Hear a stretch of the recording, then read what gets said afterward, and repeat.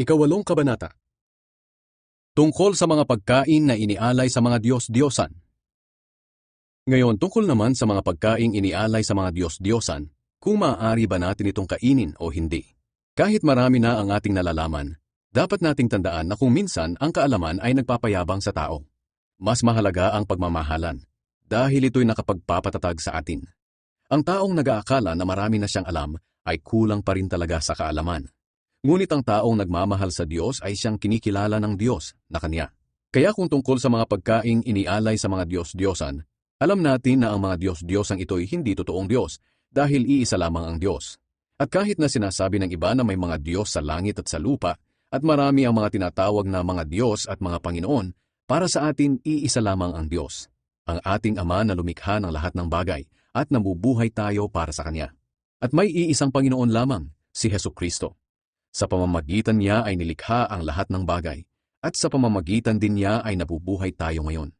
Ngunit may mga mananampalataya na hindi pa alam ang katotohanan ito.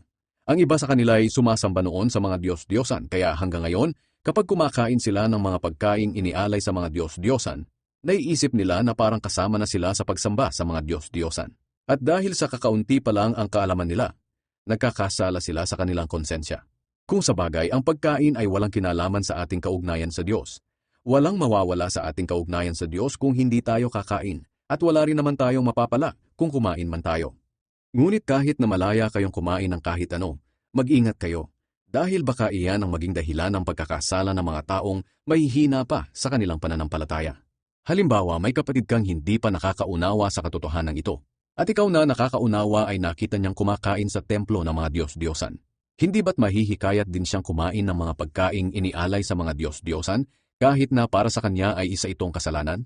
Dahil sa iyong kaalaman, napapahamak ang iyong kapatid na mahina pa sa pananampalataya, na kung tutuusin ay namatay din si Kristo para sa kanya. At sa ganitong paraan ay nagkasala ka na rin kay Kristo, dahil nagkasala ka sa iyong kapatid na mahina pa ang pananampalataya sa pag-udyok mo sa kanya na gumawa ng bagay na labag sa kanyang kalooban.